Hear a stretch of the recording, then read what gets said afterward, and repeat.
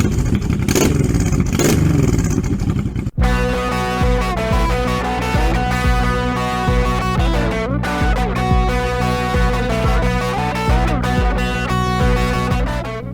is Ridecast, the podcast of the Widow Sons Ridings Chapter. Any opinions expressed in this episode do not represent those of the Widow Sons Masonic Bikers Association, UK and Ireland. You can find us on Facebook at Widow Sons-Ridings Chapter, Instagram at Widow Sons_Ridings Chapter, at our website ridingschapter.co.uk, and you can contact the show directly by emailing ridecast@hotmail.com. Right, that's the housekeeping over and done with. Kickstands up, on with the show.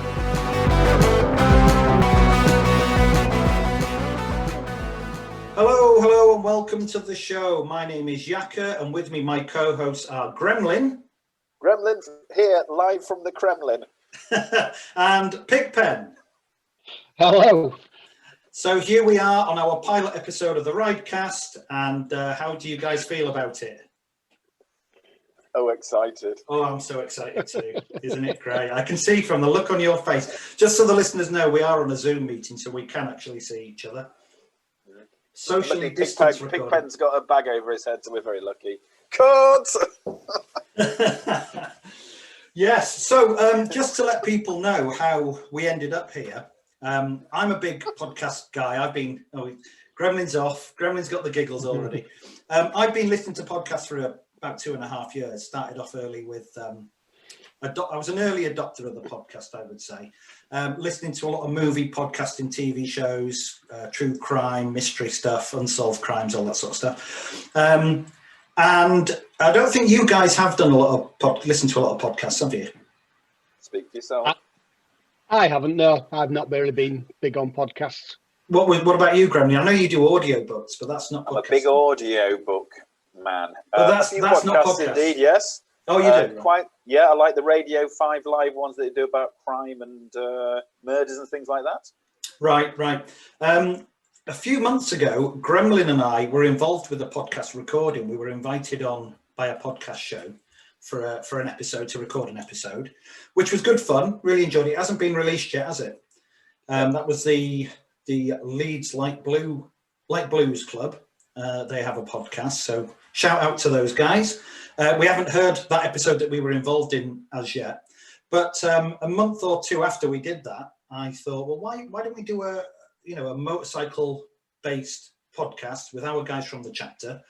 So I started researching it, looked into all the technical stuff, started to learn how to use all the editing software, created an account at a podcast hosting website. And we released a trailer a few days ago, and this is the recording of the first pilot episode. So we're all a bit new to it, we're all a bit green, but we'll just see how things go. Yeah. Oh, by the way, Happy New Year to everyone. From us lot to you lot, and to you guys. Happy New Year. Hello, still from 2020. Yes, we're still recording this in 2020, but this is going to go out in January, so... Do you have a good Christmas, guys? Yeah, for the future. Well, let's hope it's a better year than 2020, anyway. So, guys, what do you want to talk about? What's on your minds? That awkward moment of the silence. Sorry, say that again, Pigpen. Politics? But absolutely no chance. No chance. No politics, no religion. No religion. Yep, so this podcast will be finishing in about 5 minutes. I tell you one thing I do want to talk about. For Christmas, I got a couple of accessories for my bike. Some bolt-on accessories. I got, Vicky bought me one of those mustache bars, or crash bars, whatever you like to call them, with the built-in highway pegs. Because obviously after Gremlin set that trend, I had to copy him because he's the coolest guy in school, isn't he? So no, I've been planning on getting one for a while, but so I've got one to fit now. Hopefully that won't be too difficult to fit, and hopefully I won't have any issues like you did with yours, Gremlin. Yeah, very disappointed with the with what happened, and is it my fault for buying non-manufacturer parts? Is it my fault for taking more than 30 days to actually get around to putting the part on? Riding out with it, almost crashing because my wheel wouldn't turn properly, going back to the people who supplied it, who will not speak to me now because it's been more than 30 days. and they've actually sold me a part which is not compatible with my motorbike, even though they say it is, and can't do anything about it. Yeah, outrageous, isn't it? That?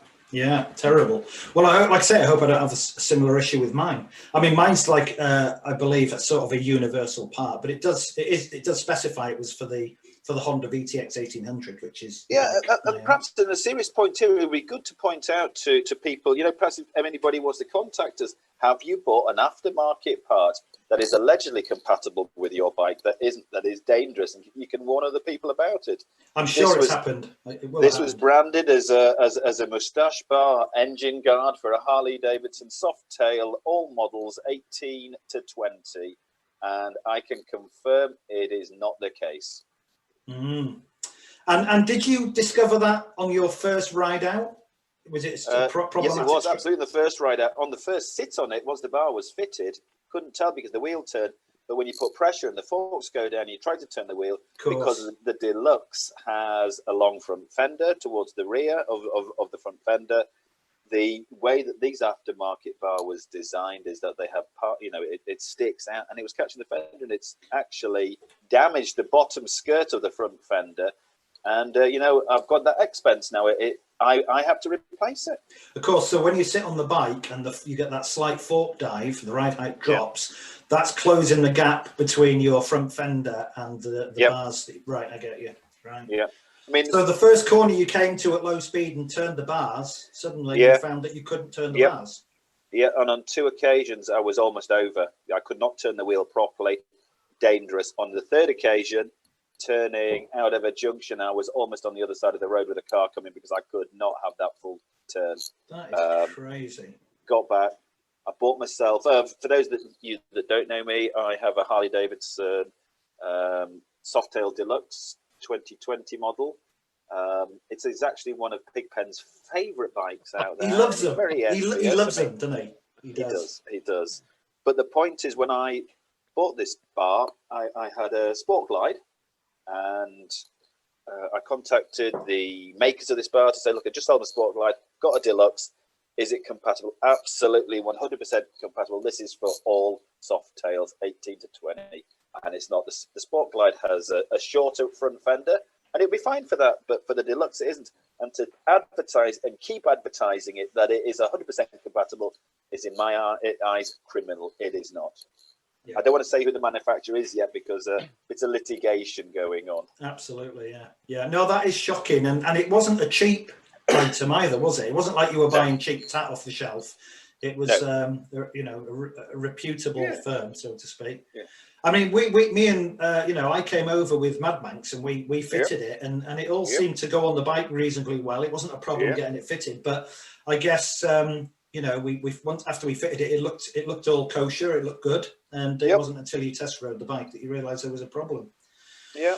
So I'm hoping I don't have a similar problem, but I've got that to fit. I've got a new front tyre to go on the bike as well, which I'm going to hopefully do during this little break. This little break I've got from work. And white wall tyre. It's not a white wall. No. I'd love to have got. Do you remember Pigpen? We were looking on eBay at tyres because Pigpen has a VTX 1800 as well. We have the same bike, and we'd both been on the lookout for a pair of tyres, and we both spotted a pair of white wall tyres on eBay at a reasonable price. They were cheap, actually, and we both came to the conclusion that the reason they were cheap was because no one buys white wall tyres. No one likes them. But I was willing to get a pair of them because I thought, it's fine. It's a cheap pair of tyres. I mean, they weren't a cheap brand. What brand were they, Pigpen? Can you remember? Avon. Right, so they were a reasonably good brand, but they've disappeared. By the way, I had another look and they've gone now. But you bought them, Gremlin. Gremlin's bought them. No, my white walls are looking very nice. Yours came with white wall tyres on, didn't they? Yeah. Yeah, they look good. They do look good on your bike. I'm not going to deny. I was tempted to buy them. They're a bugger to keep white, but they look good. How do you keep them white? Do you have to use like the tyre paint on them or something, or just scrub them? Bit of a scrubbing brush. There's tricks in the trade. Look on YouTube how to keep your white walls white. Nitromors. A little bit of nitro. No, don't put nitromors on your tyres. Don't do that. I think you just keep it in the garage, don't you? Yeah, you don't take it out when it's wet. You don't take it out when there's mud on the road. Nice. And sunny don't day, even think dry about roads. camping. Don't think about driving it onto a campsite. No fields. Like I did at your on your field. Sank about Yes. 8 inches into the ground. So yeah, but anyway, I've got the front tire to put on. I've got the moustache bar to put on, and I also got off my brother for Christmas. It's like a leather Coke can holder. That I don't know where exactly I'm going to fit it, but you can put a bottle of water in or a Coke can. It's a little leather holder, which I thought was kind of cool. I can put my can of Coke in there on my bottle of water. I know you're both looking perplexed now. What is your problem with a drinks holder on my bike? Is it just a step too far for you guys? When are you going to drink it?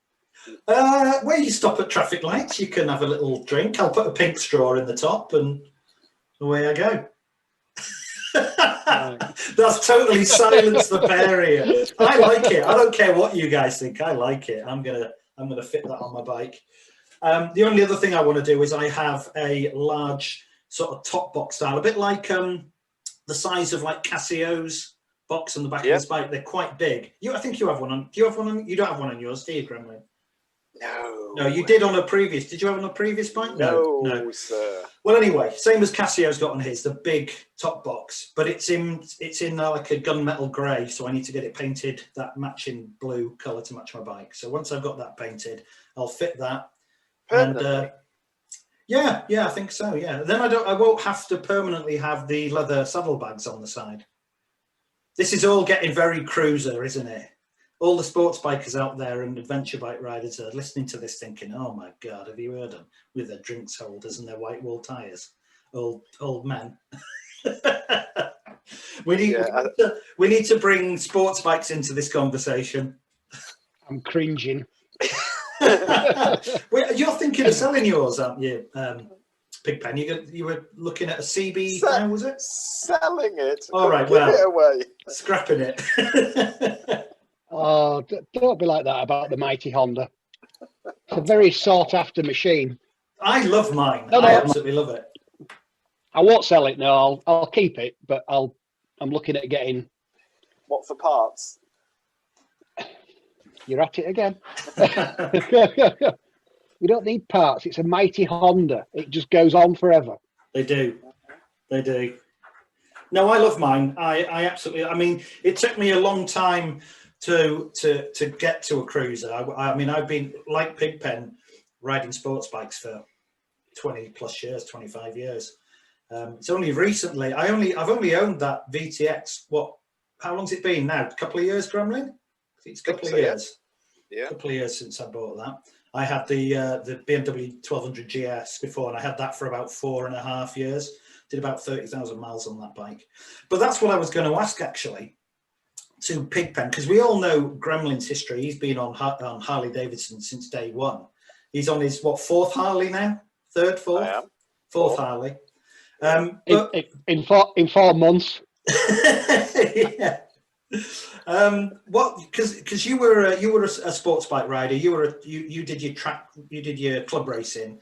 How long were you riding sports bikes, or you were riding dirt bikes before that, I believe?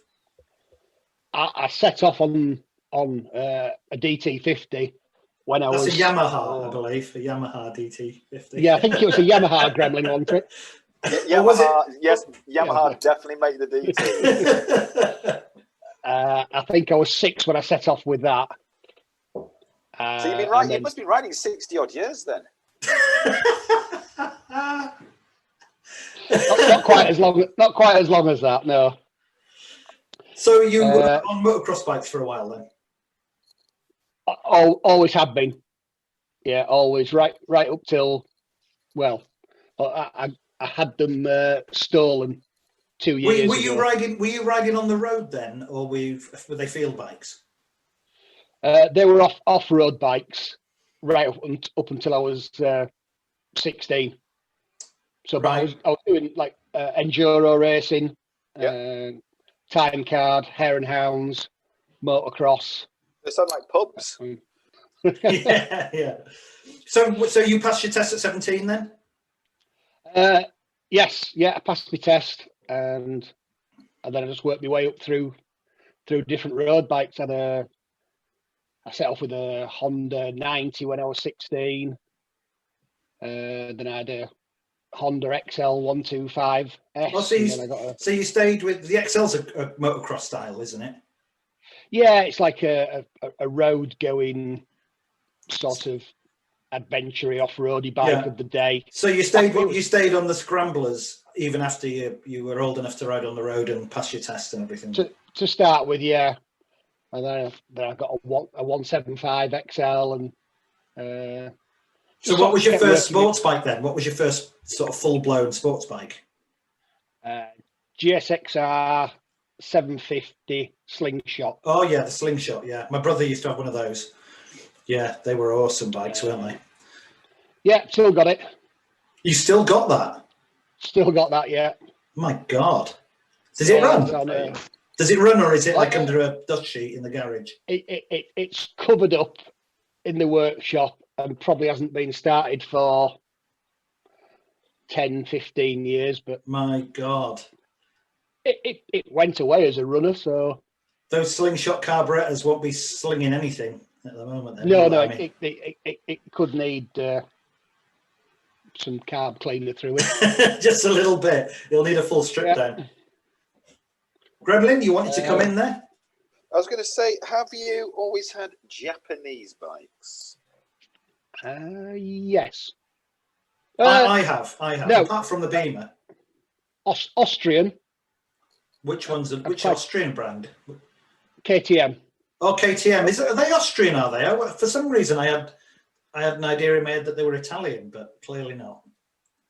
Yeah, I had quite a lot of KTMs.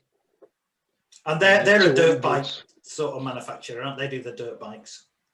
Yeah, they're the sort of enduro motocross. Adventure, yeah. That type of bike. So, yeah, I've had 2-stroke 200s and 450 4-strokes, 520 supermotos. So you ended up on the GSXR 750. At some point, I can almost guarantee you had a CBR 600 because I think during the 80s and 90s, everyone did. No. No. You must be the only person in Britain that didn't own a CBR 600. Yeah, no. One either. No, it was, GSXRs I sort of stuck with. Right, you like your Suzukis? Yeah, I sort of moved up onto newer, well, what was newer at the time, the S-Rads. Yeah, my brother had the Slingshot and he had an S-Rad, so I rode them quite a lot because I rode my brother's quite often. But the S-Rad was a big step up, wasn't it? I mean, that was the bike that took the Fireblade down a few pegs. Yeah, I've still got that as well. You've still got the S-Rad? My God, how many bikes have you got? How many bikes have you got? 5. You've got 5 at the moment. Yeah, and then I had 3 what got stolen 2 years ago.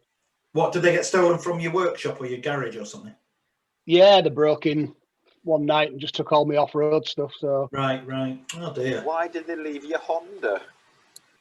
I think they came purposely looking for off-road. They're easier to make them disappear, I think, aren't they? Yeah, they didn't take any tools, anything. All they took was 2 bikes and a quad. There was my race quad in there, a KTM race quad. Easy to sell on. Bikes that are easy to sell on, aren't they? Yeah, I don't know how they sold that on because that was quite specialised in one sense. They didn't make many of them and didn't sell many of them. So right. But then I got told it's probably back in Europe somewhere. So at what point did you start with the club racing and the track bikes then? When did we start with the track bikes? Probably about 2000.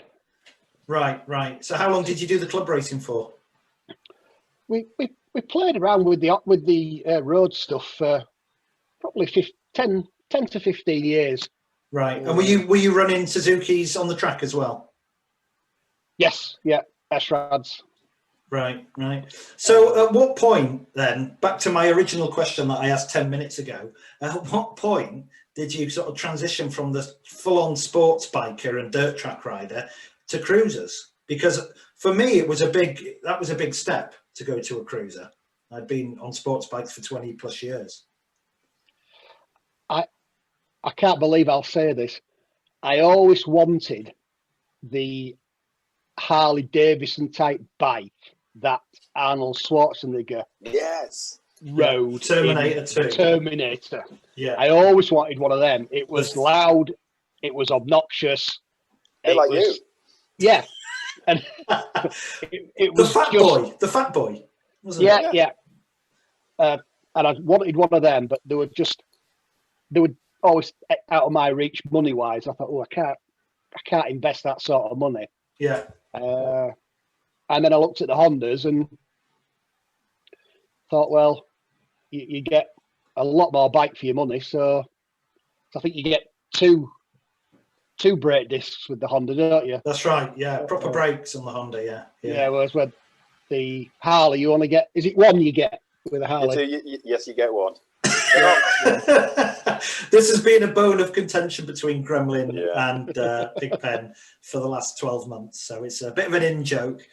But I mean, for you, Gremlin, it was always about the Harley, wasn't it? Right from the off. Absolutely not. Okay, so tell us your story. Chance. In my, do you know, for those of you of a certain age, I was a big fan of Chips when I was young. The California Highway Patrol. Eric Estrada. If those were Kawasaki's or Harleys, I think they were Kawasaki's. Were they? God, surely they would have been Harleys, wouldn't they? No, I think you'll find that they weren't actually. Google. Somebody get on Google, quick. I think Pigpen's going to check that now. But it was, you know, I used to watch British Super or the Superbikes, Barry, Sheen. He was somebody I used to watch when I was growing up.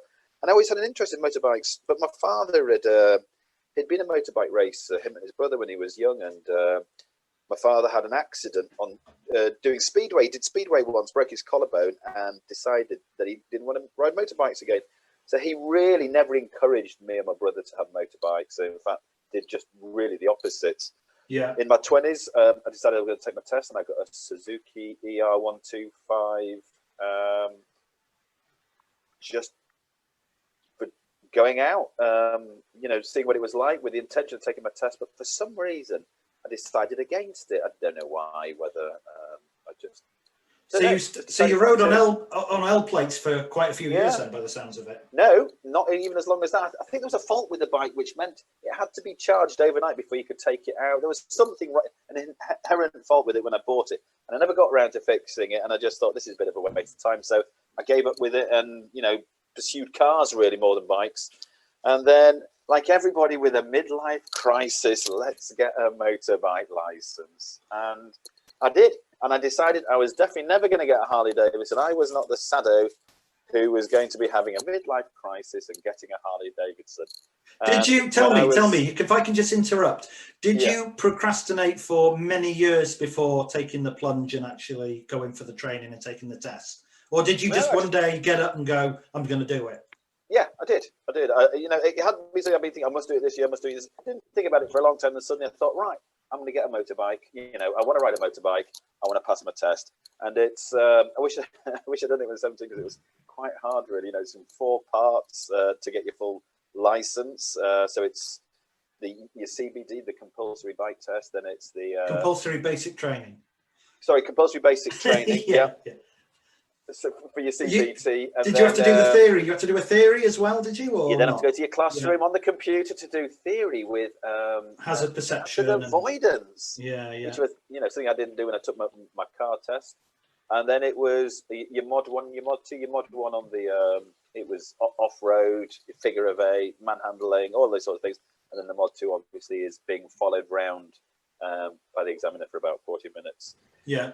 But I decided also. What time of year did you do your training? Was it through winter or summer riding?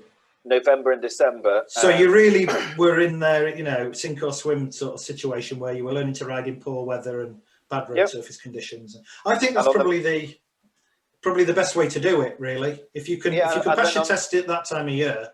Yeah, it was crappy weather.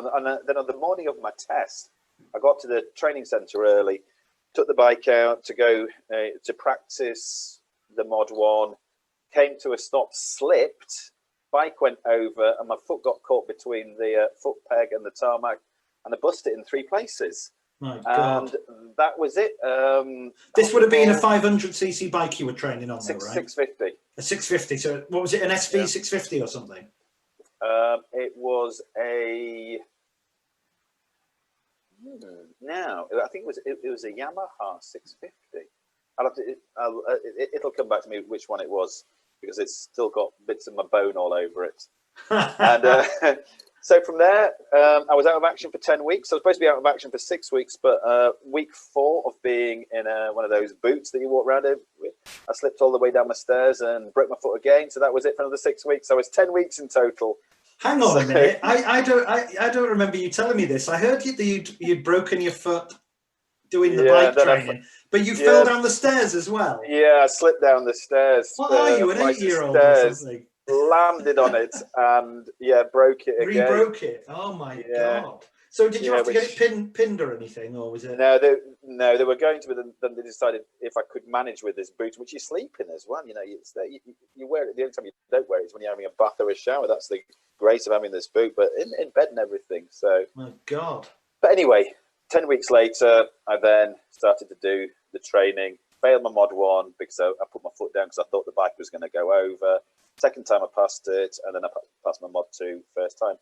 But while I was just as I was taking my Mod 2, where I worked in Harrogate, there was this lovely green motorbike. That's right. Yeah, this was the 883. Yeah, and I just thought I really liked that. It was a lovely green colour, olive green, sounded great. And then I looked at the badge, and it was a Harley Davidson, and I thought, oh God, no! Why is the bike that I like a Harley Davidson? Anyway, I didn't think any more of it. Then I was looking through. I found out what model it was, because I didn't even know what model it was, and it was a Sportster 883 Iron. And then I saw that same bike on eBay. I recognised the photograph, where it was taken, the bike, and I bought it. And you bought the one off eBay, or the same one that you... No, the same one, because the guy put it was the same eBay. one. Right. Yeah, he'd got himself a girlfriend, wanted to spend more time with his girlfriend, decided to sell his bike, so I bought it. Wow. And then that was it. You were hooked on Harleys. Later. Yeah, I've now got a Deluxe 20. So what was the second bike? The second Harley you got? Well, before that, I'd actually bought 2 Yamaha XTs. I got an XT500 and XT250. Yeah. Both of those to be done up, and the idea was to ride them. But the guy who was doing them up for me said, "You want to get an automatic start? These kick starts are bloody awful." Yeah, especially on the big bores. Yeah. So that's why. Have you ever ridden them on the road? I've ridden it, no, not on the road. I've ridden them around the garden, the 500, the 250, and they're great. Round the estate. You've ridden them around the estate. Yeah, they are great. They're fantastic. They're undercover. They're just appreciating in value. So from the Iron, I went and got a Street Bob. Right. And then I got a Sport Glide, and now I've got the Deluxe. So I just like the Harleys. So there we go. Yeah. Well, the Deluxe you have now is lovely. I did like the what was it, the Street Glide, the previous one. Sport Glide. Sport Glide. That was lovely. But this new one, this Deluxe you've got now is absolutely amazing.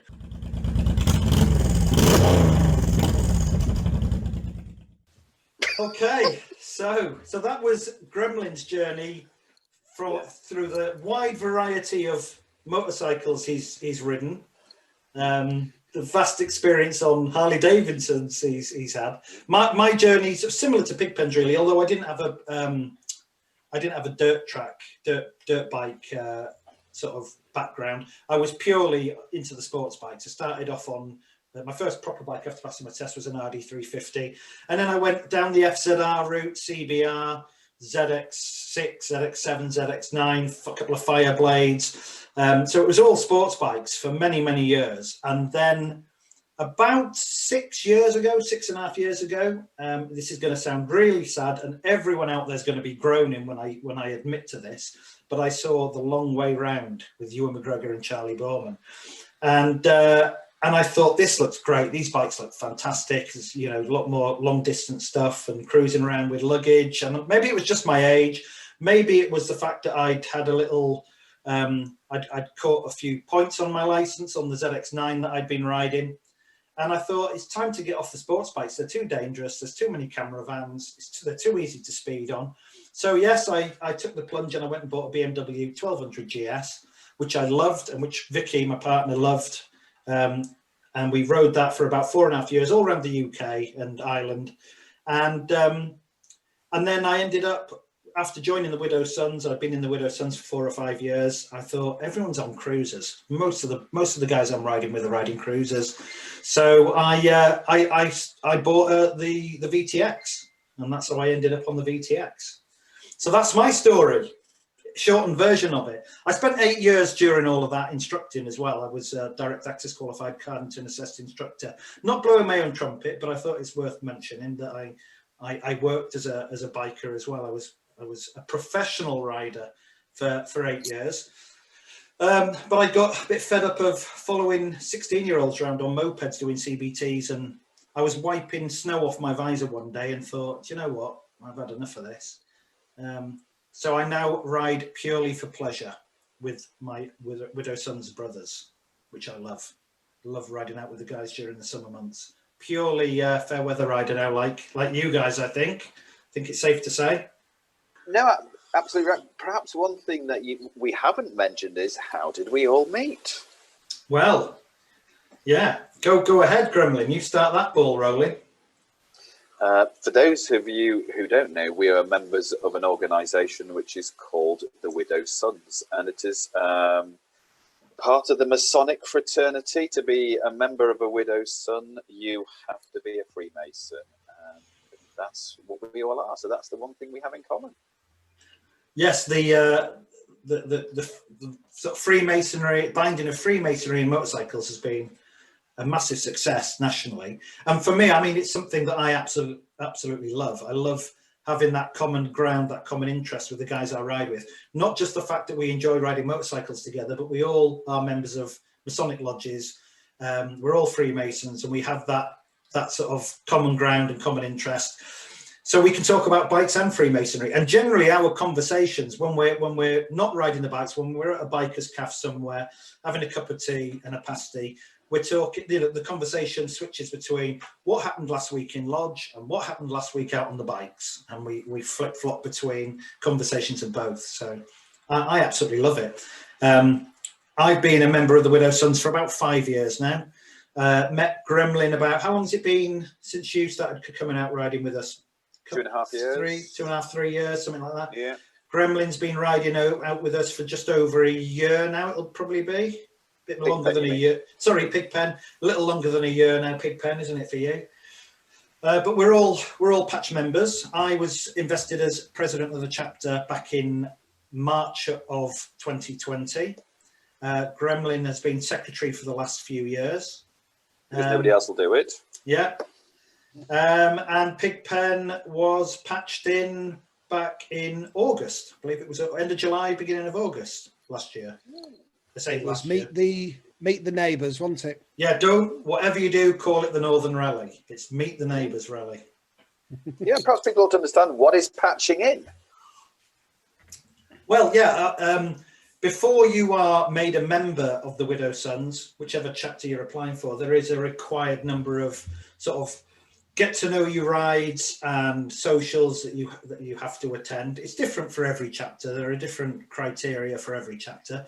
But basically, you've got to ride with us and spend time with us to show that you're committed to the chapter and that you're a safe rider and you understand how to ride in large groups. Because there's something about riding in large groups. It's different. I mean, a lot of guys will ride solo or they'll ride out with 2 or 3 of their mates. But when you're in a group of 15 or 20 bikes, that's a different skill altogether. and it takes a bit of getting used to.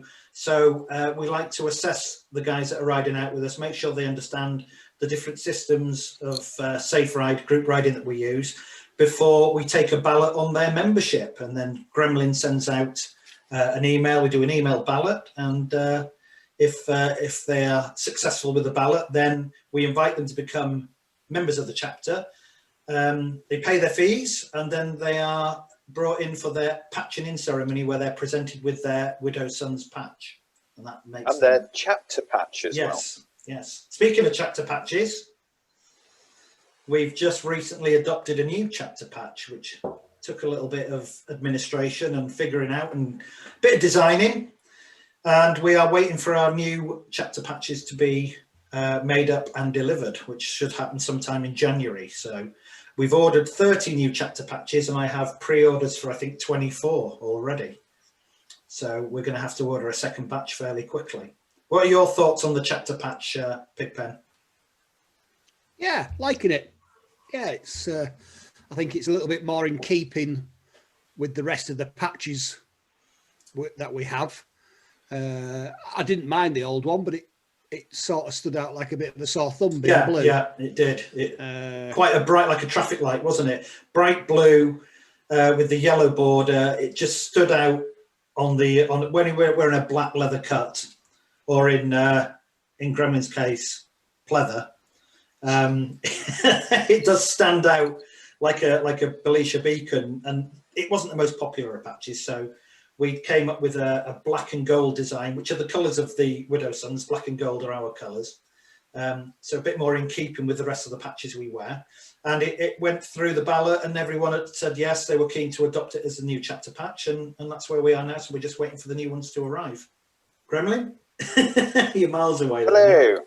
No, I was just listening intently to what was being said about the new chapter patch. And I'm sure that when they are available, there'll be a lot of people wearing them, which is good.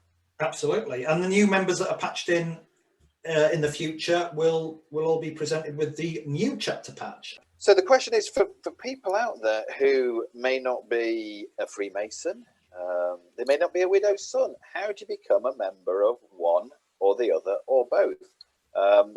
Through my interest with motorbikes and being a widow's son, I have met at least one person who is now a Freemason and a candidate for the Widow's Sons.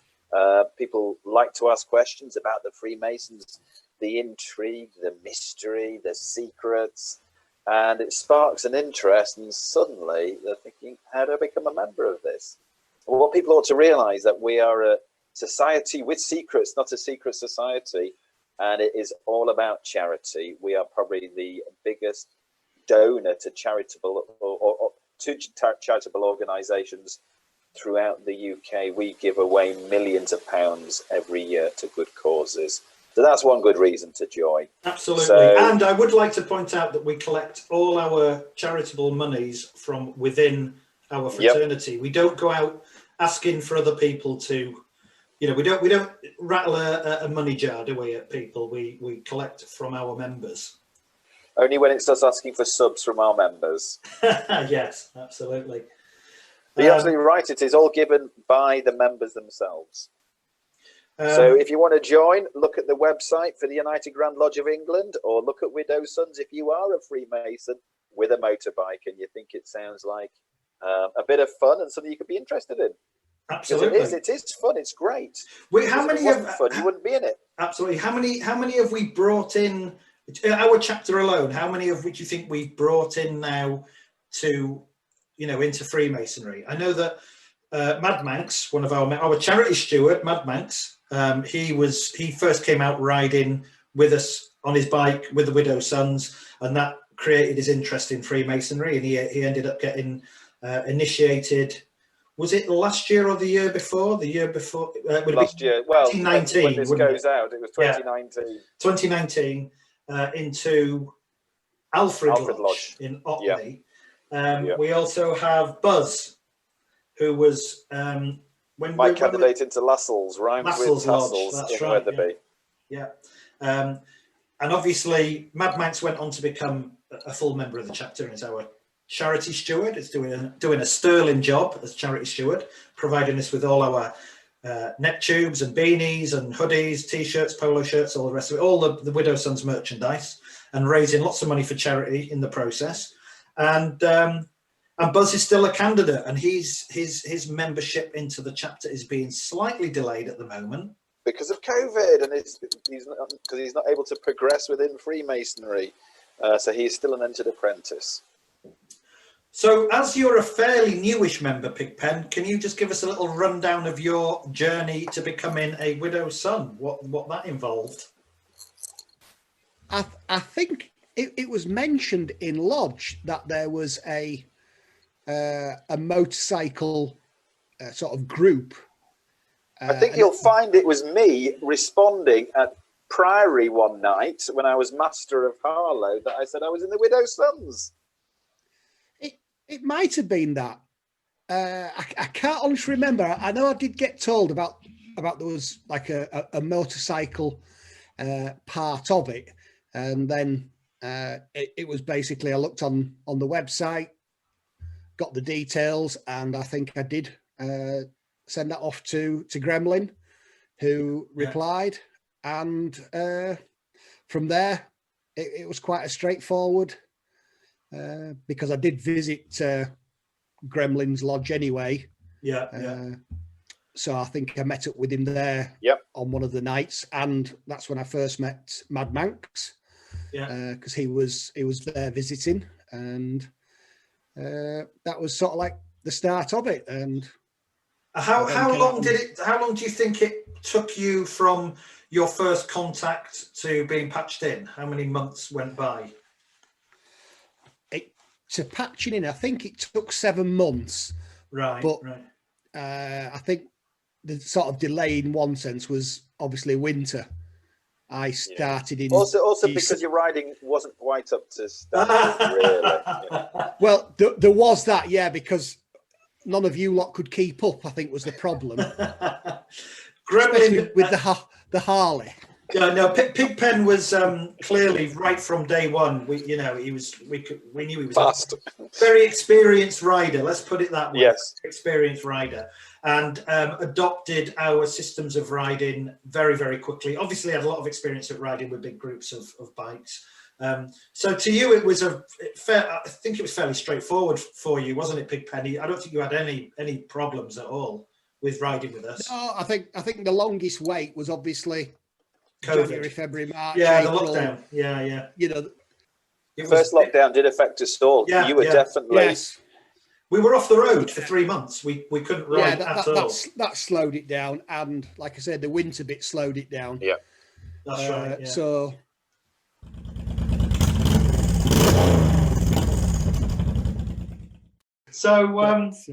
I mean, I think with the Widow Sons, there's something that's slightly different, I would say, to other types of clubs, in that when you're riding with people, when you're riding with your friends and your brothers, and you're cruising along, say, a motorway, you're doing 70 mile an hour, or you're 50, 60 mile an hour around country roads, and you're in a group of 20 plus bikes, there is an element of risk involved, and you do have to trust the people that you're riding with, and that element of trust in the guy behind you and the guy in front of you, you develop a slightly stronger bond than, say, you would go into a chess club or that sort of thing.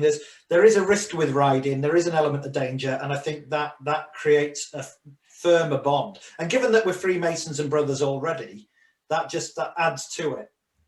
Yeah, you're meeting more brothers to go to more places. So instead of just going to the lodges in your area, all of a sudden our province has grown, and you're meeting people from in many ways it shrinks the province, because suddenly you're visiting guys from the chapter, you're visiting their lodges. I mean, we've made a big thing out of all traveling and having Widow Sons visits to other lodges. We take our cuts. We always make sure that after the meeting's over, we get back in the lodge room, we put our cuts on, we get a photograph for the Facebook page.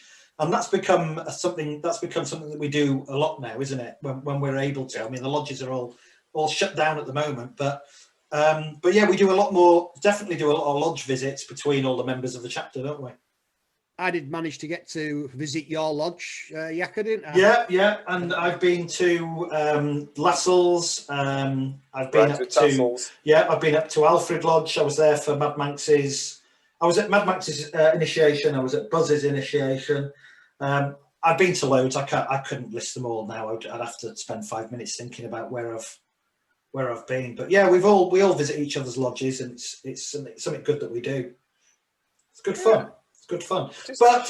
But it's getting out on the road that being a widow son's all about for me. Definitely getting out for rides with the guys, and we're going to have hopefully a good year next year, and have some good ride outs. We've got a few plans which we will revisit in another episode. Explain what we're doing. But I think really, guys, on that note, bearing in mind we can come back to these plans for the future in another episode, we should consider wrapping up this episode and say our thanks and goodbyes to everyone. What do you think? I think so. Are they still awake, the listeners? Well, hopefully we haven't bored them to pieces, but have we got some? But if anyone out there has enjoyed the Ridecast podcast, please subscribe. Please come back for our next episode. If you need to contact us, you can drop us an email at our email address is ridecast@hotmail.com.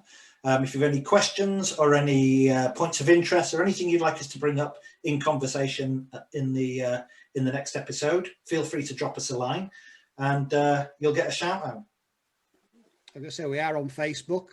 Yeah, we've got the Facebook page. It's all mentioned at the beginning of the show. We've got the Facebook page, Widow Sons Riders Chapter. Gremlin runs the Instagram, which is probably why it's got very little content in it.